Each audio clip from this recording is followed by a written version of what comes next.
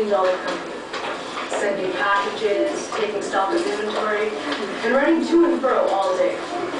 Not very appealing, is it? Now picture yourself actually owning that self-same company, sitting in your plush leather chair behind your massive desk with your golden nameplate positioned so that everyone can see it. That's the place we all want to be. But the thing is, two major hurdles in our frames of mind must be offset in order for us to get there. Good afternoon, I'm Morda Ali, and the two common misconceptions that I'm talking about are A, thinking you can't do it, and B, thinking you can't do it because you're too young. For a good chunk of the younger populations out there, the reason why is because they think they have to wait until they're older. When they see themselves in that CEO's chair, they see themselves between their 30s and their 40s. That used to be my impression. What I've learned, though, is that if there's one thing that every successful person needs, it's drive. Albeit, it's not only teenagers that lack motivation. A sizable amount of adults do too. If there was a method to veer people away from this mentality, I guarantee that each and every one of them would be reaping the benefits from their aspirations. The West Coast Center for Victorious Youth has endeavored to do just that, and little by little, it is allowing the youth of America to stand on their own 2 feet and say that, yeah, I can do this. The National Foundation for Teaching Entrepreneurship, or NFTE, did exactly that. I admit, in the beginnings of my journey with them, I was rather skeptical. But they proved me wrong. As I learned the fundamentals of business, I shed my cynical outlook and allowed myself to feel empowered by my newfound skills. However, the one thing that utterly and irrevocably reversed my mindset was my support system. My mother, my father, my uncle, my aunt, my siblings, and of course my teacher, Mr. Youngwood. They were with me every step of the way, pushing me forward no matter what roadblocks I hit. My father, in particular, deserves special recognition for taking the time out of his assiduous schedule to drive me from San Jose to San Francisco whenever I had to be there, for enabling the rest of my family to fly out to New York with us, and for providing me with a tremendous amount of moral support. All of them have been constants throughout all of my experiences. And truth be told, during the Nationals, I didn't want to win for the $10,000 prize. I wanted to win for them. The one thing that everyone needs is a support system. Family is what comes to mind first, but the unfortunate truth is, not everyone can build a solid support system based on that. There are hardships. There are abuses. There are austerities in this world that are unwarranted and unwanted. That's where programs like Students in Banking come into play. They offer unconditional and steadfast reinforcement for the untapped potential in each and every one of their students. They enable the youth in their communities to branch out and cultivate skills that can elevate them to such heights as previously thought unattainable. The thing I'd like you to remember, though, is that a tangible support system can always be found if you look hard enough.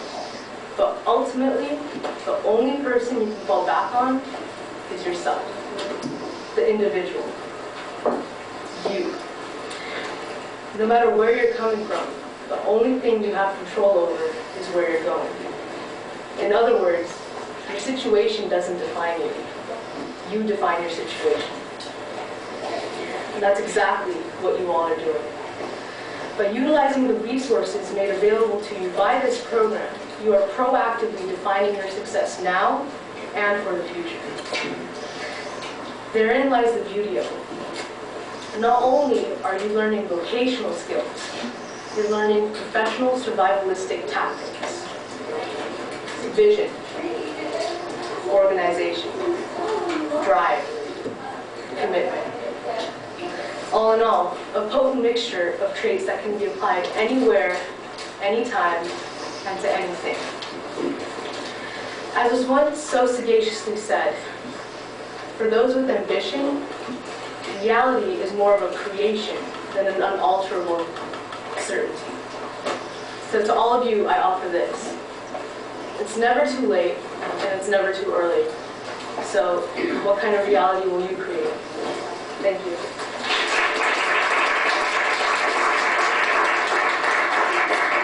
Any questions?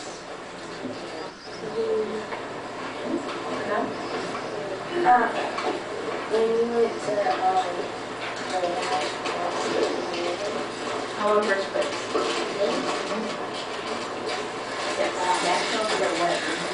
It was a national business plan competition, and it started in my freshman year in high school. And so I went through a series of classroom competitions, and then I went to regionals, and then I went to semifinals, and then finally to the finals, which were in New York. Yes.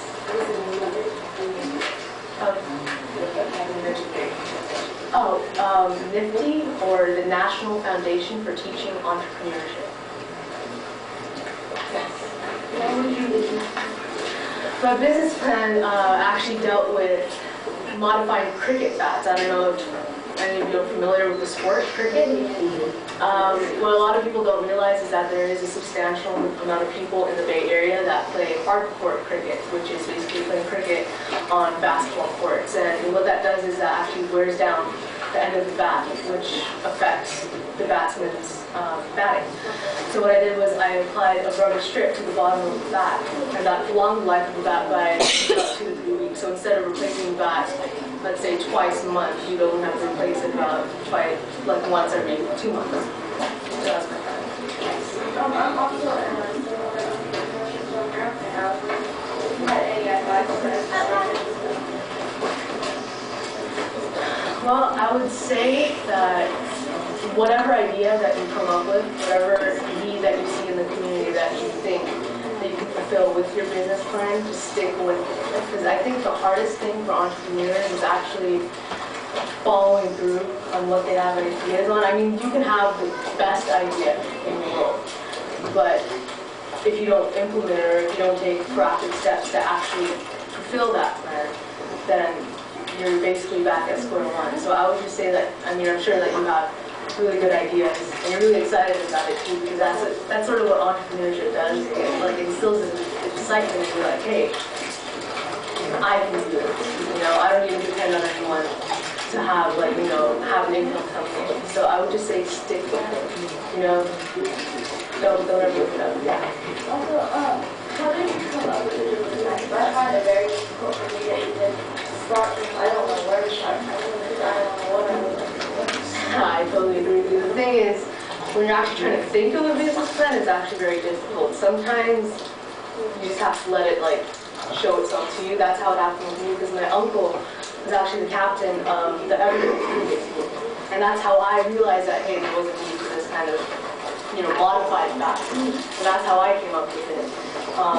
But yeah, when you're actually trying to think of something on the spot, when you're actually asked to think of a business plan, it can be very difficult. So I would just say, just keep your mind open. Even if you're walking down the street with your friends or hanging out, whatever.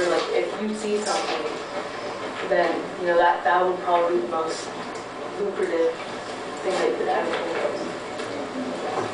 Any other questions? Yes. So right now, do you have your own business? I actually did not start the Shirt Shop cricket company that I had because there were some complications with my manufacturer, the manufacturer that was providing the bats. But I actually have 2 lined up right now that I'm hoping to start within the next 2 to 3 months.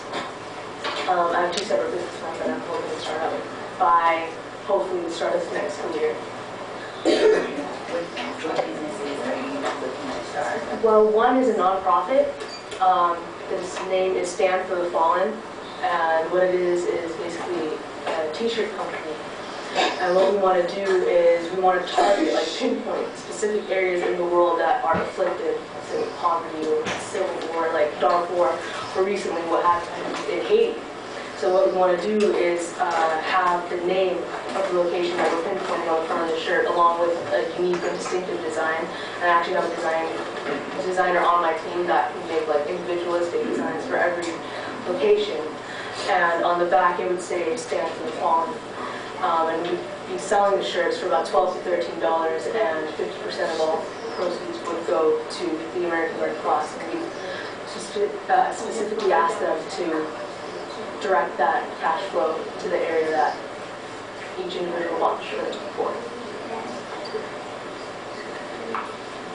Yes.